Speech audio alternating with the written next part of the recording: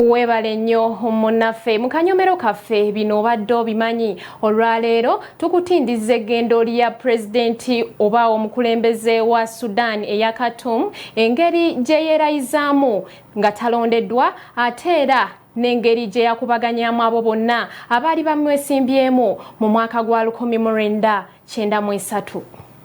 Bwe tweyongerayo n'obulamu bw'omukulembeze wa Sudan eya Khartoum nakyemalira Omar Hassan Bashir ng'atandise okusima omusingi gwe ogw'ebyobufuzi gwaliko kati yeegatta ku magye ga Sudan mu mwaka gwa 1960 era n'alinnya mangu amaddaala n'afuuka akulira amagye ag'omu bbanga. Mu mwaka gwa 1973 yaweereza mu ggwanga lya Misiri bwe yali erwana ne Isirayiri mu lutalo lwa Yom Kippur.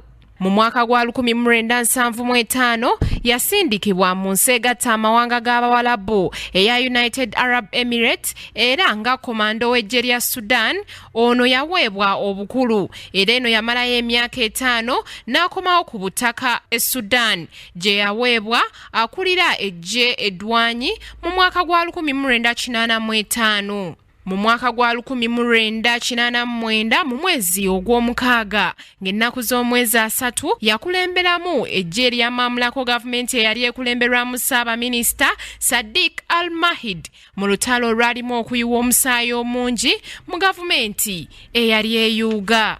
Wansi w'obukulembeze bwa Bashir mu mwaka gwa 1990 ne gavumenti y'empya nga bamaze okuggyako Ssaabaminisita yawera ebibiina by'obufuzi byonna n'atongoza amateeka g'Ekiyisiraamu wonna aga Islamic Legal Code era n'atongoza n'ensimbi eza Sudani Dina. Mu mwaka gwa 1991 yafuuka ssentebe w'ekibiina kya Revolutionary Command Council for National Council, ekibiina ekyagaba obuyinza omuli Ssaabaminisita, abakulu b'amatwale, abakulu b'amagye g'oku mazzi, ag'oku ttaka, ag'omu bbanga wamu ne minisita w'ebyokwerinda.